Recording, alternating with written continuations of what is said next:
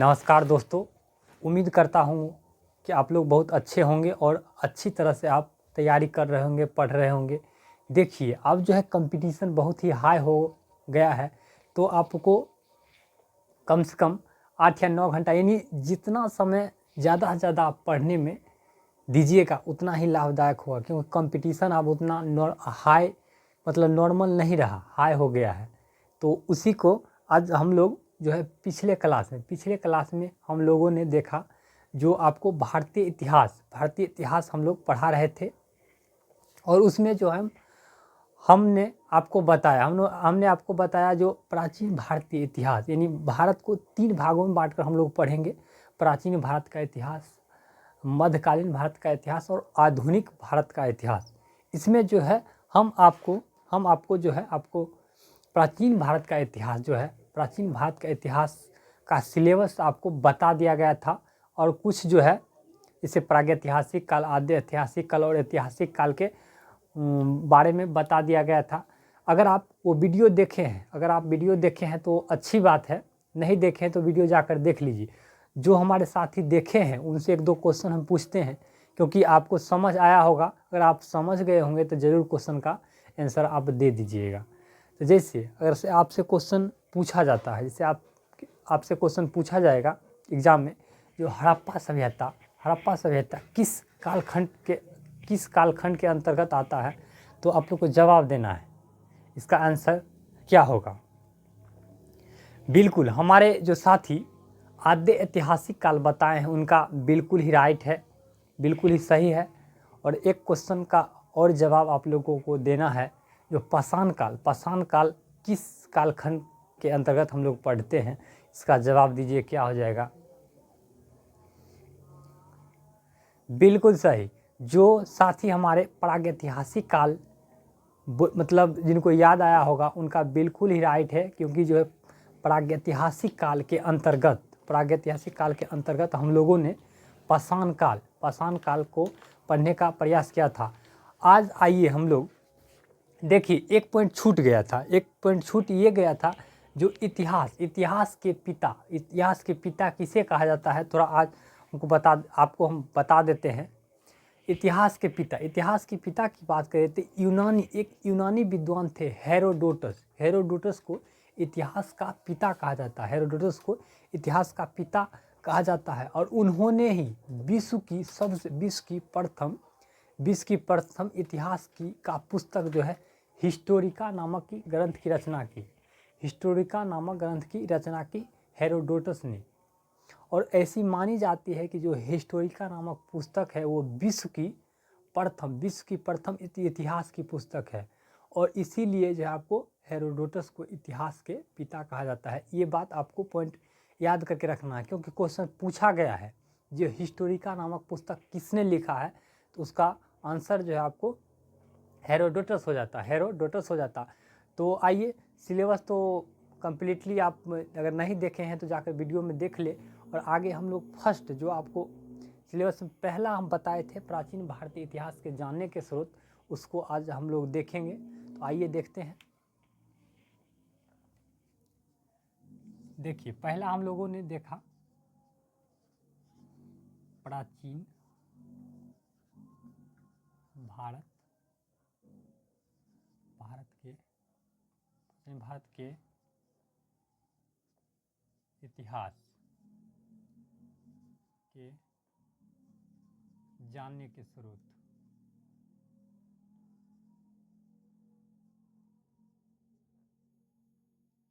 देखिए, संपूर्ण इतिहास अगर हम लोग बात करें तो देखिए, अगर हम लोग बात करें संपूर्ण भारत के इतिहास के भी जानने के 3 स्रोत है। साहित्यिक स्रोत, विदेशी यात्रियों का विवरण और पुरातात्विक स्रोत। और जो है आपको प्राचीन भारतीय इतिहास के जानने के भी 3 ही स्रोत है, साहित्यिक स्रोत, विदेशी यात्रियों का विवरण और पुरातात्विक स्रोत।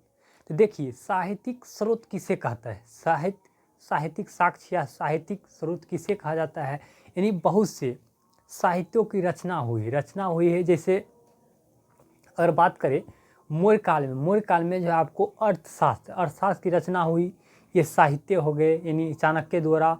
और मेगास्थनीज जो इंडिका लिखा है उस साहित्य से जानकारी हमें मौर्य वंश के बारे में मिलती है। जैसे बहुत से साहित्य लिखा गया है, जैसे कालिदास के द्वारा साहित्य लिखा गया, यानी टोटल साहित्य के बारे में पढ़ना है साहित्य स्रोत के अंतर्गत। उसके बाद सेकंड की बात करें विदेशी यात्रियों का विवरण। विदेशी यात्रियों का विवरण की बात करें और हम लोग तो बहुत से विदेशी यात्री जैसे फाहियान हो गए, हेनसोंग हो गए, इत्सिंग हो गए, यानी ये सब विदेशी यात्री मतलब जो विदेश से भारत में भ्रमण करने आए थे, उनके बारे में जानना होता है, यानी विदेशी यात्रियों का विवरण में उसके बारे में पढ़ेंगे। और तीसरा नंबर की बात करें पुरातात्विक स्रोत के अंतर्गत हम लोग जो है आपको जैसे सिक्के हो गए, अभिलेख हो गए, खुदाई जो मूर्ति मिले थे, सिक्के मिले थे, अभिलेख मिले हैं, उसके बारे में पुरातात्विक स्रोत उसके अंतर्गत पुरातात्विक स्रोत के अंतर्गत हम लोग सिक्के हो गए, मूर्ति हो गए और अभिलेख के बारे में पढ़ेंगे। यही सब होता है। तो आइए सबसे पहले हम लोग देखते हैं प्राचीन भारतीय इतिहास के जानने के आपको 3 स्रोत है। 3 स्रोत हैं।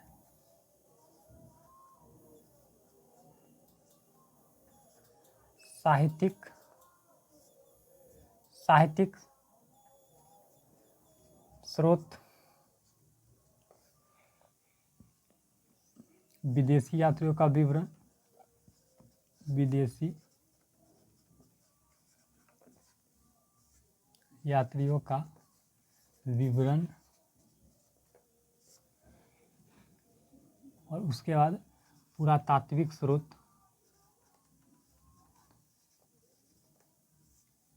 पुरातात्विक स्रोत हो गए।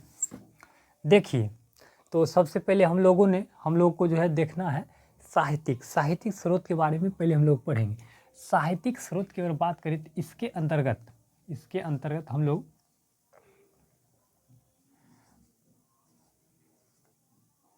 वैदिक सभ्यता पढ़ेंगे। इसके अंतर्गत वैदिक सभ्यता आएगा। वैदिक सभ्यता और वैदिक सभ्यता के अंतर्गत हम लोग वैदिक साहित्य पढ़ेंगे। वैदिक साहित्य थोड़ा आइए यहाँ थोड़ा फिर से समझने का प्रयास करते हैं। जैसे आपको साहित्यिक स्रोत के अंतर्गत वैदिक सभ्यता और वैदिक सभ्यता के अंतर्गत वैदिक साहित्य, और वैदिक साहित्य के अंतर्गत अगर हम लोग बात करें तो इसमें आपको वेद हो गए, उसके बाद ब्राह्मण ग्रंथ हो गए, उसके बाद अरण्यक हो गए, उपनिषद हो गए। यानी वैदिक साहित्य के अंतर्गत हम लोग को वेद पढ़ना होता है, उसके बाद आपको ब्राह्मण ग्रंथ पढ़ना होता है, उसके बाद अरण्यक पढ़ना होता है, उसके बाद उपनिषद पढ़ना होता है। तो उसी प्रकार हम लोग वैदिक साहित्य के अंतर्गत हम लोग को जो है वेद को पढ़ेंगे। उसके बाद ब्राह्मण ग्रंथ हो गए,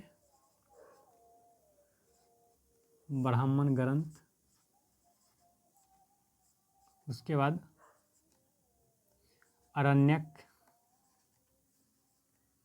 और उसके बाद जो है आपको उपनिषद की रचना हुई है। उपनिषद की रचना हुई है। तो ये सब जो है आपको प्राचीन भारतीय इतिहास के जानने के स्रोत हैं। और इसमें सबसे पहले हमको वेद, यानी वेद को हम लोग पहले कवर करेंगे। तो बहुत हमारे साथी होंगे जिनको वेद के बारे में पता होगा, और जिनको नहीं पता है थोड़ा यहाँ ध्यान से देखिए वीडियो को। तो उम्मीद करता हूँ आप अच्छे तरह से समझ जाइएगा, अच्छी तरह से आप समझ जाइएगा। और आज अब इसके बाद कभी भी आपको एग्ज़ाम हो या कहीं भी क्वेश्चन आए तो आपको बन जाना चाहिए निश्चित तरीक़ा से। तो पहले आइए हम वेद के बारे में देखते हैं। तो आइए एक बार थोड़ा देख लेते हैं, रिवीजन कर लेते हैं, और उसके बाद हम मिटाएंगे इसको। जैसे देखिए, प्राचीन भारतीय इतिहास के जानने के 3 स्रोत है। साहित्यिक स्रोत, विदेशी यात्रियों का विवरण, पुरातात्विक स्रोत। और साहित्यिक स्रोत के अंतर्गत वैदिक सभ्यता आता है। वैदिक सभ्यता के अंतर्गत वैदिक साहित्य आता है। वैदिक साहित्य के अंतर्गत वेद हो गए, उसके ब्राह्मण ग्रंथ हो गए, उसके बाद अरण्यक हो गए और उपनिषद हो गए। ये सब चारों की रचना आपको वैदिक साहित्य के अंतर्गत हुआ है। आइए सबसे पहले वेद के बारे में पढ़ते हैं। वेद, अगर हम लोग वेद की बात करें, वेद को धार्मिक साहित्य कहा गया है। धार्मिक साहित्य, धार्मिक साहित्य। यहाँ थोड़ा ध्यान से सुनिएगा। अगर हम लोग वेद की बात करें तो वेद की रचना, ऐसी मान्यता है वेद की रचना ईश्वर ने की है। ईश्वर ने की है और ईश्वर ने संस्कृत के भाषा में, यानी वेद की रचना ईश्वर ने की है और संस्कृत भाषा में वेद की रचना हुई है। इसीलिए आपको वेद को अपौरुषीय कहा जाता है और संस्कृत के भाषा को जो है आपको देवता की भाषा कहा जाता है। देवता की भाषा कहा जाता है। देखिए यहाँ से क्वेश्चन कैसे पूछा जाता है। जैसे क्वेश्चन पूछा जाता है जो आपको वेद को क्या कहा जाता है, वेद को क्या कहा जाता है, वेद को अपौरुषीय कहा जाता है, अपौरुषीय कहा जाता है। ये आपको पॉइंट याद रखना है। और उसके बाद आपको अगर बात करें वेद के संकलकर्ता की अगर बात करें तो आपको वेद व्यास को माना गया है। वेद व्यास को माना गया है। उसके बाद वेद का अर्थ, और वेद की अर्थ की बात करें तो पवित्र ज्ञान, इसका अर्थ होता है पवित्र ज्ञान या जानना होता है। पवित्र ज्ञान या जानना होता है। तो आइए फिर एक बार रिवीजन करते हैं। वेद की बात करें तो संकलकर्ता कहे, अगर आपसे पूछे, यानी ऐसी मान्यता है जो वेद की रचना ईश्वर के द्वारा की गई है संस्कृत भाषा में। इसीलिए आपको जो है वेद को अपौरुषीय कहा गया है एवं संस्कृत की भाषा को देवता की भाषा कहा है। वहीं अगर हम लोग बात करें वेद को 4 भागों में बांटा गया, यानी वेद को है 4 भाग, मतलब 4 प्रकार के वेद हैं, यानी 4 प्रकार के वेद हैं। और आपको वेद के संकलकर्ता जैसे पूछा जाए तो आपको वेद व्यास करके आना है। जैसे 4 वेद हैं। पहला अगर वेद की बात करें तो ऋग्वेद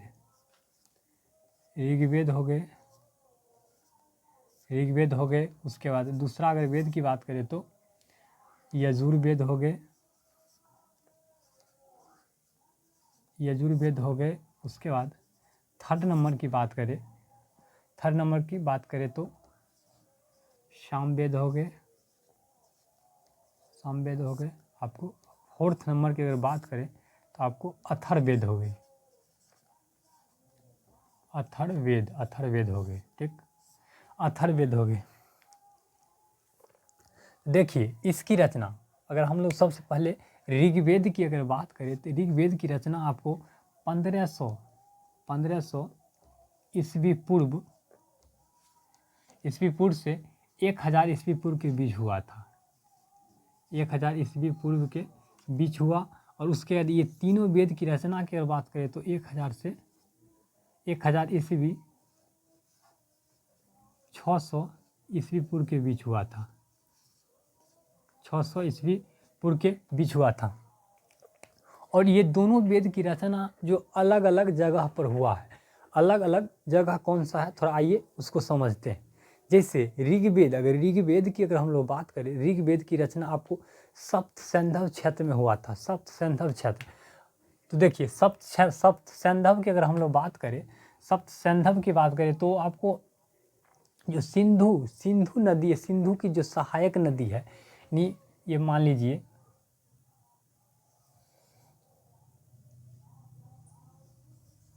ये जो आपको जम्मू कश्मीर, यानी जम्मू कश्मीर का जो इलाका है, यहाँ से जो आपको सिंधु नदी गुजरती है। सिंधु नदी की जो सहायक नदी है, जैसे आपको सतलज हो गए, चिनाब हो गए, झेलम हो गए, रावी हो गए, उसके बाद ब्यास हो गए।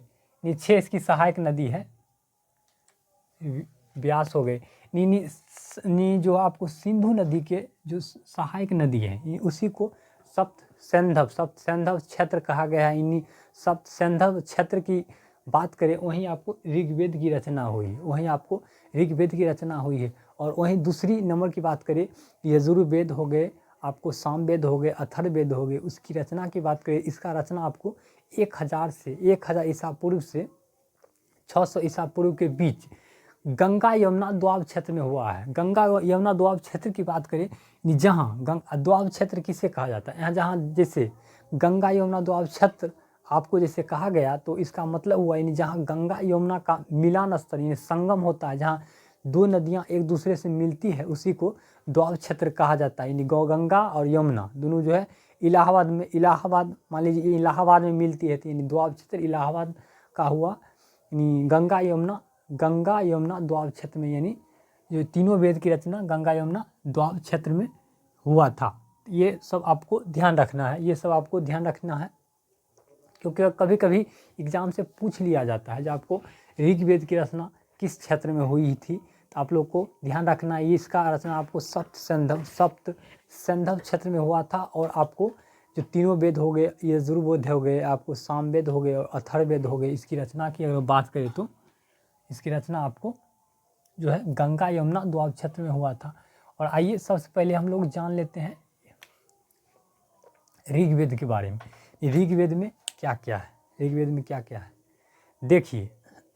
सबसे पहले अगर बात करें ऋग्वेद जो है सबसे प्राचीन वेद की अगर बात करें तो ऋग्वेद है। और ऋग्वेद 10 मंडल, यानी सब हमारे सभी साथियों को पता होगा, इसमें 10 मंडल, 1028 सूक्त और 10,580 ऋचाएँ, यानी लगभग 11,000 के ऋचाएँ हैं। बहुत से बुक अलग अलग डाटा देता है, तो आप लोग को 11,000 लगभग समथिंग याद रखना है, यानी बहुत देता है। जैसे लूसेंट अब जब पढ़िएगा तो उसमें 10,462 है, और आपको जो है बहुत से बुक आपको 10,580 देता है, इन लगभग 11,000 ऋचाएँ हैं, ये याद रखना है। उसके बाद इसमें हो गए 10 मंडल हो गए, 1028 सूक्त हो गए, 1028 सूक्त हो गए। और मंत्र की बात करें, ऋचाएँ जिनको बोलते हैं, आइए यहाँ लिखते हैं ऋग्वेद की बात करें तो 10 मंडल 1028 सूक्त हो गए,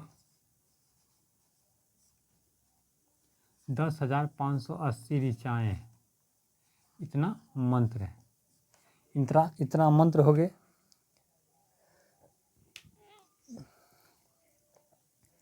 और इसको अगर हम लोग बात करें इसमें जो आपको मतलब जो है इसमें पहला मंत्र की अगर बात करें तो पहला मंत्र अग्नि देवता को समर्पित है।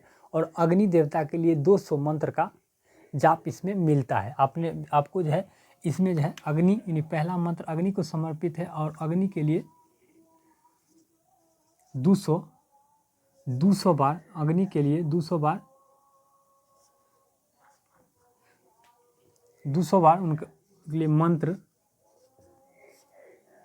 उनके लिए 200 बार मंत्र उपयोग किया गया है। और अग्नि के लिए जो है आपको ऋग्वेद में भवन चक्षु, आपको जाति वेदस एवं सात जिह्वा शब्द का प्रयोग भी देखने को मिलता है। तो ये 3 पॉइंट भी आपको याद रखना है। जैसे अग्नि के लिए आपको भवन चक्षु हो गए,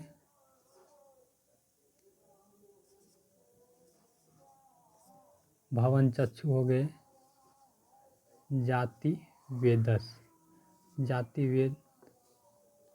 वेदस हो गए, आपको सात जिह्वा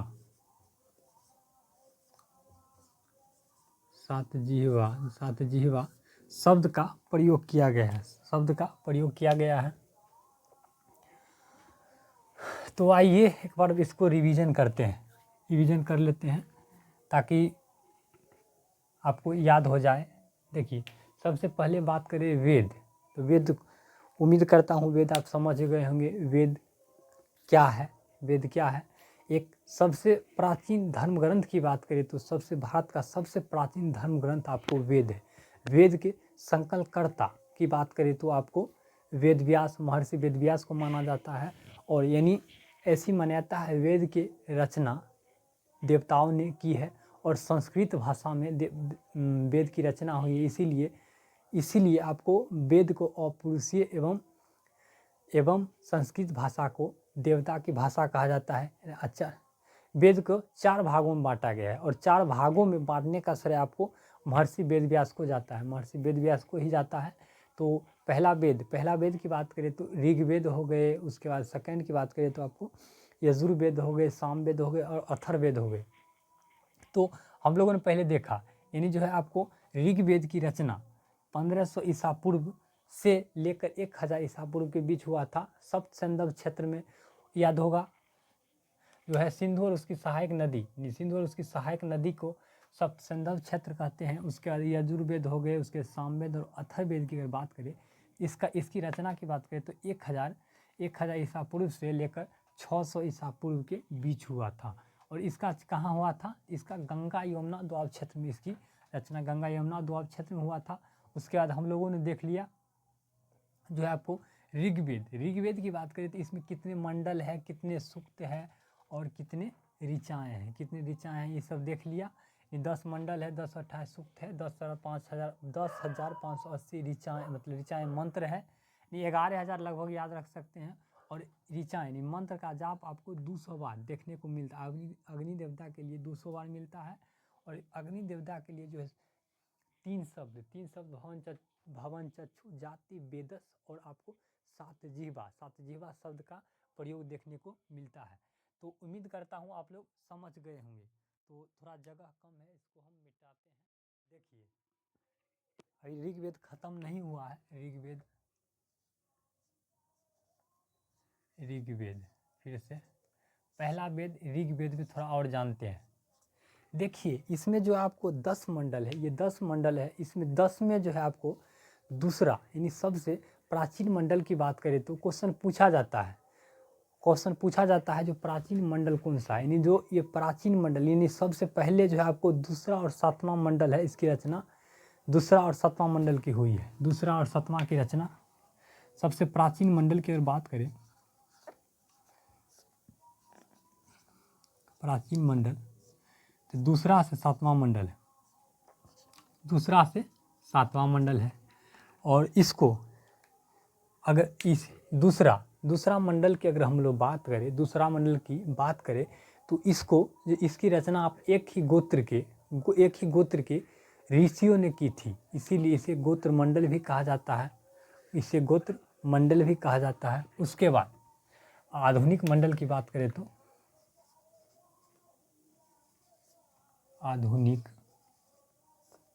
आधुनिक मंडल की बात करें तो आपको पहला से 10वां जो है आपको आधुनिक मंडल है। पहला से 10वां आधुनिक मंडल है। और आइए देखते हैं तीसरा मंडल। सबसे पहले तीसरा मंडल आपको याद रखना है। तीसरा मंडल में क्या है? तीसरा मंडल की अगर बात करें तो तीसरा मंडल में थोड़ा आइए पहले एक बार लिखते नहीं, पहले सुनिए। अगर तीसरा मंडल की बात करें तो तीसरा मंडल आपको सूर्य देवता यानी सावित्री को गायत्री मंत्र समर्पित है। सूर्य देवता सावित्री को गायत्री मंत्र समर्पित है।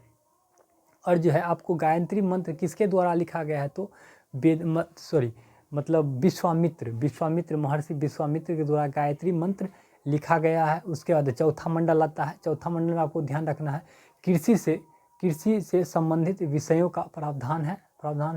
उसके बाद चौथा के बाद सातवां मंडल आपको ध्यान रखना है। सातवां मंडल की बात करें तो उसमें इस सातवां मंडल आपको भगवान विष्णु के बारे में उल्लेख है। उसके बाद 90वें मंडल की बात करें तो 90वें में सोम देवता का उल्लेख है, यानी वनस्पति के जो हमारे सोम देवता है उनका उल्लेख 9वां मंडल में है। उसके बाद 10वां मंडल की बात करें तो 10वां मंडल में ब्रह्मा यानी परमपिता ब्रह्मा शूद्र एवं चातुर्वर्णीय समाज का विवरण देखने को मिलता है। अगर चातुर्वर्णीय समाज की बात करें तो वर्ण व्यवस्था पर इसमें चर्चा की गई है। यानी उस समय धार्मिक समय में धार्मिक ग्रंथ में ही यानी जो आपको वेद है, वेद में ही वर्ण व्यवस्था देखने को मिल गया था। इसमें 4 वर्ण के लोग रहते थे, जैसे ब्राह्मण हो गए, उसके बाद है क्षत्रिय हो गए, वैश्य हो गए, शूद्र हो गए। और इसमें ये भी बता गया है इस सब उत्पत्ति कैसे हुई है। जैसे ब्राह्मण की उत्पत्ति ऐसी कहा गया है, ऐसी मान्यता है आपको, जो ऋग्वेद के 10वें मंडल में आपको जो है ऋग्वेद के 10वें मंडल में जो है ब्राह्मण की उत्पत्ति ब्राह्मण की उत्पत्ति परम पिता ब्रह्मा के मुख से एवं क्षत्रिय की उत्पत्ति भुजा से बताया गया है। और उसके बाद वैश्य की उत्पत्ति की बात करें तो उसको जांग से बताया गया है। और शूद्र की उत्पत्ति की बात करें तो आपको चरणों से बताया गया है। ये सब बात आप लोग को याद रखना है, ये सब बात याद रखना है। और जैसे देखिए बताया गया है, और इसमें जो है सभी का काम भी बताया गया है, जैसे क्या क्या मतलब ब्राह्मण का काम क्या होता है, वैश्य का क्या होता है, शूद्र का क्या होता है, क्षत्रिय का क्या होता है। इसमें आपको ब्राह्मण की बात करें तो ब्राह्मण का काम यह बताया गया कि ब्राह्मण का काम होगा अध्ययन और अध्यापन करना, क्षत्रिय का काम क्या होगा शासन प्रशासन करना, और वैश्य का काम क्या होगा कृषि और पशुपालन करना, और शूद्र का काम क्या होगा शूद्र का काम होगा ऊपर के 3 वर्णों की सेवा करना। यानी यही जो आपको चातुर्य वर्णीय समाज में बताया गया है। तो उम्मीद करता हूँ आप लोग समझ गए होंगे। थोड़ा आइए एक यहाँ देखते हैं, तीसरा मंडल में गायत्री मंत्र है, गायत्री मंत्र है। और इसके रचनाकार याद रखना है, आप लोग को ध्यान रखना है, विश्वामित्र को माना गया है। विश्वामित्र। अगर चौथे मंडल की बात करें तो इसमें कृषि से संबंधित सब प्रावधान है। उसके बाद चौथे के बाद सातवां मंडल की बात करें तो इसमें भगवान विष्णु का उल्लेख देखने को मिलता है।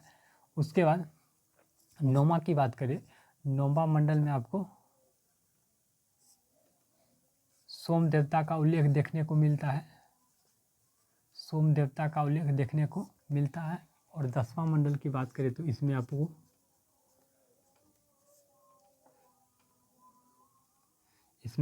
चातुर्वर्णीय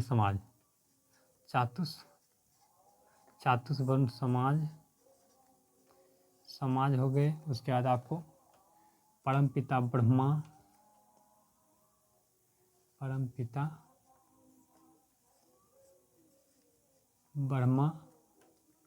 और आपको शूद्र का भी जिक्र किया गया है। तो ये सब मतलब शॉर्ट फॉर्म में हुआ, आप लोगों को ध्यान रखने का प्रयास करेंगे। और लेक्चर में तो हमने बताया आपको, ये सब सारे ऋग्वेद थे। तो ऋग्वेद का जो है पॉइंट बहुत ही इम्पोर्टेंट है। वैसे तो सारे मतलब पॉइंट इम्पोर्टेंट है, मगर इस सब जो है आपको बदनाम क्वेश्चन है, बहुत ऋग्वेद में हर एक एग्जाम में देखने को मिलता है। इसीलिए तो सारे मंडल को आप लोग को ध्यान रखना है। आइए एक बार रिवीजन कर लेते हैं। देखिए याद क्या क्या रखना है, ये सब याद रखना है। सबसे प्राचीन मंडल की बात करें तो दूसरा से 7वां है। और उसके बाद आधुनिक मंडल की बात करें तो पहला से 10वां मंडल जो है आपको आधुनिक मंडल है। तीसरा मंडल में क्या है तो गायत्री मंत्र है, ये सूर्य देवता सावित्री को गायत्री मंत्र समर्पित है। उसके बाद चौथा मंडल में कृषि से प्रावधानों का उल्लेख है। उसके बाद 7वां मंडल की बात करें तो भगवान विष्णु का उल्लेख है। और 9वां मंडल की बात करें तो सोम देवता का उल्लेख है। और 10वां मंडल में आपको चातुर्वर्णीय समाज का उल्लेख है, परमपिता ब्रह्मा और शूद्र का उल्लेख देखने को मिलता है। तो ये हो गए ऋग्वेद अब हो गए। उसके बाद आगे हम लोग आते हैं दूसरा वेद, यजुर्वेद देखते हैं।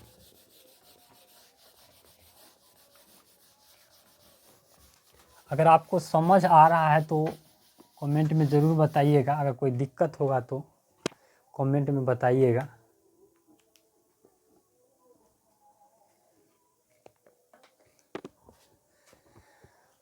तो आइए देखते हैं दूसरा वेद, सेकंड वेद की बात करें तो यजुर्वेद।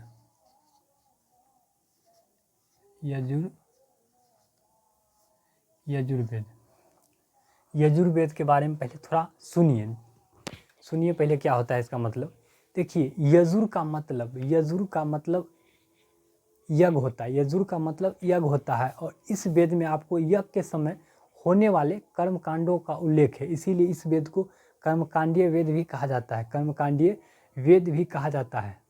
सामान्यतः जो अधिकतर जो तीनों वेद है पद में ही लिखे गए हैं, लेकिन आपको जो ये यजुर्वेद है, इस जो है आपको पद और गद दोनों में लिखा गया है। और इस यजुर्वेद को भी हम लोग 2 भागों में बांट कर पढ़ेंगे, जैसे शुक्ल यजुर्वेद और कृष्ण यजुर्वेद है। और इसको जो है आपको ये शुक्ल यजुर्वेद और कृष्ण यजुर्वेद में इसमें जो आपको सिर्फ ये कृष्ण यजुर्वेद है, ये सिर्फ आपको गद और पद दोनों में लिखा गया है, दोनों में लिखा गया है। तो ये सब पॉइंट आपको याद रखना है। यजुर का अर्थ क्या होता है? यजुर का अर्थ यज्ञ होता है, और इसमें जो है इस वेद में आपको यज्ञ के समय होने वाले कर्मकांडों का उल्लेख है, इसीलिए इस वेद को हम लोग कर्मकांडीय वेद भी कहते हैं। और यह वेद जो है आपको गद और पद दोनों में लिखा गया है। ये पॉइंट हो गया, ये गद प्लस पद दोनों में लिखा गया है। और इसमें जो आपको कृष्ण यजुर्वेद है, कृष्ण यजुर्वेद है, ये गद और पद दोनों में लिखा गया है। दूसरा आपको ये नहीं लिखा गया है, ये शुक्ल यजुर्वेद, ये सिर्फ पद में ही लिखा गया है।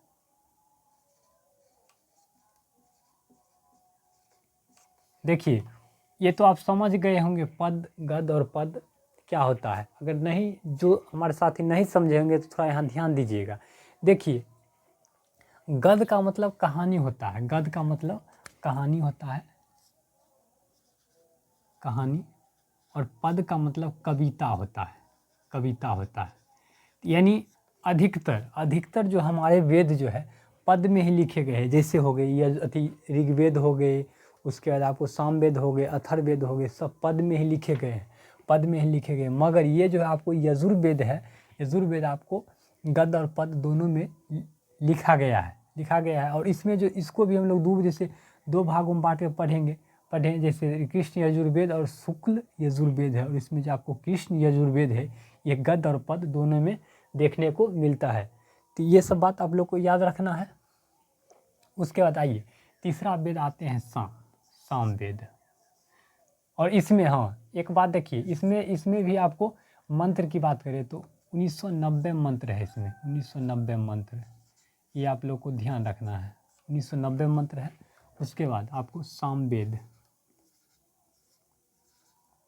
देखिए तीसरा नंबर सामवेद की बात करें तो आइए समझिए। पहले साम का अर्थ गान होता है, साम का अर्थ गान होता है। और भारत के 7 मूल स्वर, भारत के 7 जो मूल स्वर है, जो आपको संगीत के जो 7 मूल स्वर है, सा रे गा मा पा धा नी, 7, यानी सा रे गा मा पा धा नी, यानी जो 7 मूल स्वर है, यानी इन्हीं वेद से निकला हुआ है। यानी साम वेद से ही उसकी उत्पत्ति हुई है, इसकी उत्पत्ति हुई। यानी सारे जो सारे गामा पा धा नी जो है आपको, जो ये इनकी रचना जो है आपको, इसकी उत्पत्ति साम वेद से ही हुई है। इसीलिए साम वेद को भारतीय संगीत का जनक कहा जाता है, भारतीय संगीत का जनक कहा जाता है। और इसमें जो है आपको, ठीक है, भारतीय संगीत का जनक। और इसमें आपको 1875 मंत्र है, 1875 मंत्र है। और इसमें जो है आपको सिर्फ 99 को छोड़कर और सभी मंत्र आपको ऋग्वेद से लिए गए हैं। 99 को छोड़कर सभी मंत्र जो है आपको ऋग्वेद से लिए गए हैं। तो हम लोग कह सकते हैं, यानी जो आपको सामवेद जो है, सामवेद आपको एक तरह से हम लोग कह सकते हैं, यानी 99, देखिए टोटल जो है आपको 1875 मंत्र है। और 1875 मंत्र में आपको 99 जो है, 99 आपको किया, 99 ही मंत्र सामवेद का है। बाकी बात जो मंत्र है ऋग्वेद से लिया गया है। तो इस आधार पर हम लोग कह सकते हैं, यानी जो है सामवेद किस पर आधारित है? सामवेद ऋग्वेद पर आधारित है, सामवेद ऋग्वेद पर आधारित है। ये बात आप लोग को ध्यान रखना है। और एक इसमें बात ध्यान रखना है, भारतीय संगीत का जनक कहा जाता है इसको, क्वेश्चन पूछ लिया जाता है ज़्यादा। भारतीय संगीत का जनक भी कहा जाता है, जनक। तो और ये इसमें ज़्यादा कुछ नहीं है। उसके बाद चौथा नंबर आइए, चौथा और लास्ट वेद अथर्ववेद। इस वेद की रचना सबसे अंतिम में हुई है। इसकी रचना सबसे अंतिम बार में हुई है। थोड़ा आइए इसके बारे में पहले देखते हैं। इसकी रचना की बात करें तो इसकी रचना अथर्वा ऋषि के द्वारा की गई थी। अथर्वा ऋषि के द्वारा की गई थी। इसमें अगर इसकी बात करें तो इसमें 20 अध्याय 731 सूक्त और आपको 6000 मंत्र हैं। 6000 मंत्र हैं। 6000 मंत्र हैं। ठीक, ये सब बात ध्यान रखना है। 6000 मंत्र है और इसमें जो है 6000 मंत्र है, इसमें आपको इसमें जैसे हो गया जादू टोना हो गया, तंत्र मंत्र हो गया, औषधि हो गया, यानी इसी का उल्लेख आपको जादू टोना औषधि हो गया, तंत्र मंत्र हो गया, इसका उल्लेख जो है जितना जो आपको गिरी कलेश हुआ, यानी जितना जादू टोना तंत्र मंत्र इसका उल्लेख आपको आपको अथर्ववेद में देखने को मिलता है। और इसमें जो है आपको एक पॉइंट जो याद रखना है, सभा और समिति। सभा और समिति को जो है प्रजापति की 2 पुत्री कहा गया है। सभा और समिति को प्रजापति की 2 पुत्री कहा गया है। ये पॉइंट आप लोग को ध्यान रखना है। और जादू टोना औषधि हो गया, थोड़ा लिख देते हैं, जादू टोना तंत्र मंत्र औषधि से संबंधित ये वेद है। औषधि से संबंधित वेद है। तो उम्मीद करता हूँ आप लोग समझ गए होंगे क्योंकि हम आपको थोड़ा अच्छा से बताने का प्रयास किए हैं। अगर आपको कोई दिक्कत होता है तो कमेंट में आप बता सकते हैं कि यहाँ दिक्कत हुआ है। आइए एक बार पहले रिवीजन करते हैं, एक बार देखते हैं क्या क्या याद रखना है आपको। देखिए, वो तो पहले ऋग्वेद हो गया था। यजुर्वेद में देखिए क्या याद रखना है। इसमें 1990 मंत्र हैं और ये जो है यजुर्वेद आपको गद और पद दोनों में लिखा हुआ देखने को मिलता है। कभी कभी पूछ लिया जाता है इसमें कौन सा वेद, जैसे यजुर्वेद, तो ये याद रखना है जो कृष्ण यजुर्वेद है ना, ये आपको गद और पद में लिखा गया है और शुक्ल जो है आपको सिर्फ पद में ही लिखा गया है। उसके बाद तीसरा की बात करें तो तीसरा सामवेद है। इसे भारतीय संगीत का जनक भी कहा जाता है क्योंकि जो आपको भारतीय संगीत का जो मूल 7 स्वर इसी वेद से निकला हुआ है। और इसमें आपको 1875 मंत्र है, जिसमें 99 मंत्र आपको सिर्फ सामवेद में ही है, सामवेद में है। और जो बाकी बात 99 को छोड़कर जो बाकी बात जो आपको ऋग्वेद से लिया गया है। तो यहाँ ध्यान क्या रखने वाली बात है, यानी ऋग्वेद की बात करें, यानी जो सामवेद है जो ऋग्वेद पर आधारित है, ये भी बात आप लोग को ध्यान रखना है। उसके बाद तीसरा नंबर की बात करें तो आपको अथर्ववेद की बात करें तो इसकी रचना अथर्वा ऋषि के द्वारा की गई थी। इसमें 20 अध्याय 731 सूक्त और आपको 6000 मंत्र की रचना की गई है। और इसमें जो आपको एक इम्पोर्टेंट बात ये याद रखना है, सभा और समिति को प्रजापति की 2 पुत्री कहा गया है। क्वेश्चन देखिए कैसे पूछता है। क्वेश्चन आपसे पूछा जाता है जो सभा और समिति को प्रजापति की पुत्री किस वेद में कहा गया है, तो आप लोग को ध्यान रखना है अथर्ववेद में कहा गया है। और जादू टोना तंत्र मंत्र औषधि से, यानी औषधि से किस वेद से संबंधित है, जादू टोना किस वेद में से संबंधित है, इस तरह का क्वेश्चन आपसे पूछा जाएगा। और देखिए, आइए कुछ और आगे पॉइंट देखते हैं। और इसमें जो है आपको 3 वेद, यानी जो आपको ऋग्वेद हो गए, उसके बाद दूसरा नंबर हो गए यजुर्वेद, और तीसरा नंबर की बात करें सामवेद, और चौथा नंबर की बात करें तो अथर्ववेद। देखिए, इसमें जो आप ये 3 वेद है, 3 वेद को वेद त्रय कहा जाता है। वेद त्रय यानी 3 पवित्र वेद, 3 पवित्र वेद। और इसको अगर अर्थवेद की बात करें तो इसको पवित्र वेद के अंतर्गत नहीं रखा गया है। तो देखिए इसको आखिर वेद तरह क्यों कहा गया है, वेद तरह क्यों कहा गया है? देखिए, ये ऋग्वेद हो गए, यजुर्वेद हो गए और सामवेद हो गए, इन तीनों में जो है आपको इसमें सिर्फ और सिर्फ आर्य की चर्चा हुई है। और आपको जो है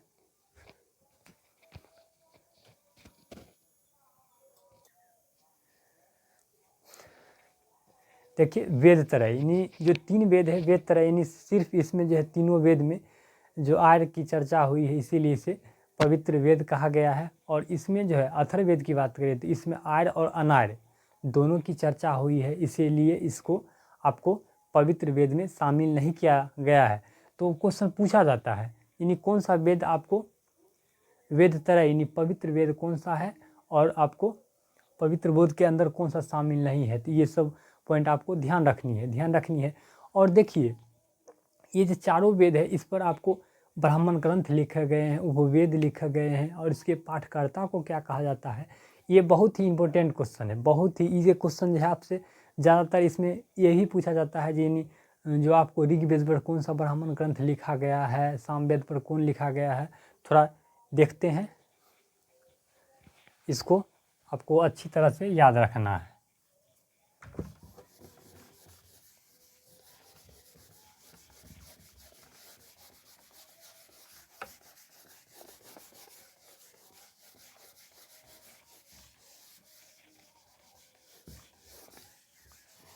अगर आप लोग नहीं समझते हैं तो ज़रूर बताइएगा कमेंट में, जो फास्ट बता रहे हैं या और धीरे बताएं। देखिए, यहाँ जो है आपको इसमें इधर जैसे वेद हो गए, चाहे वेद हो गए, उसके बाद उपवेद, इस पर कौन सा उपवेद लिखा गया है, ये जो कॉलम अब हम आपको बता रहे हैं ये बहुत ही इम्पोर्टेंट कॉलम है, क्योंकि ज़्यादातर जो है संभावना ब्राह्मण ग्रंथ हो गए, और उसके बाद पाठकर्ता को क्या कहा जाता है। देखिए, इसमें जो है अगर पहला नंबर की बात करें तो ऋग्वेद पर कौन सा ब्राह्मण उपवेद लिखा गया है, इस पर आयुर्वेद लिखा गया है,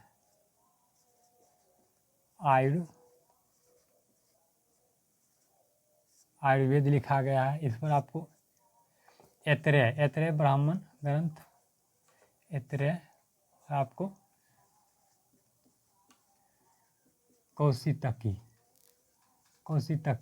कौशितकी ब्राह्मण ग्रंथ, और इसके पाठकर्ता को होत्री या होतरा कहा जाता है, उसके बाद दूसरा नंबर की बात करें तो यजुर्वेद है। यजुर्वेद की बात करें तो इस पर जो है आपको धनुर्वेद उपवेद लिखा गया है, धनुर्वेद उपवेद लिखा गया है। और इस पर जो ब्राह्मण ग्रंथ लिखा गया है आपको शतपथ ब्राह्मण ग्रंथ। और जो ये शतपथ ब्राह्मण ग्रंथ है, सबसे बड़ा ब्राह्मण ग्रंथ की बात करें तो शतपथ ब्राह्मण ग्रंथ है, ये पॉइंट आपको ध्यान रखनी है। और इसमें तैत्तिरीय, और आपको शतपथ और तैत्तिरीय ब्राह्मण ग्रंथ लिखा गया है। और इसके जो आपको पाठकर्ता को आपको अर्धव्यु कहते हैं, अर्धव्यु। उसके बाद तीसरा नंबर की बात करें तो सामवेद हो गए। सामवेद पर आपको कौन सा उपवेद लिखा गया है, आपको गंधर्व वेद। और इस पर आपको ब्राह्मण ग्रंथ की बात करें तो पंचवीस, और आपको षड्वीस लिखा गया है, षड्वीस। और इसके पाठकर्ता को उद्गाता कहते हैं। और 4 नंबर अथर्ववेद।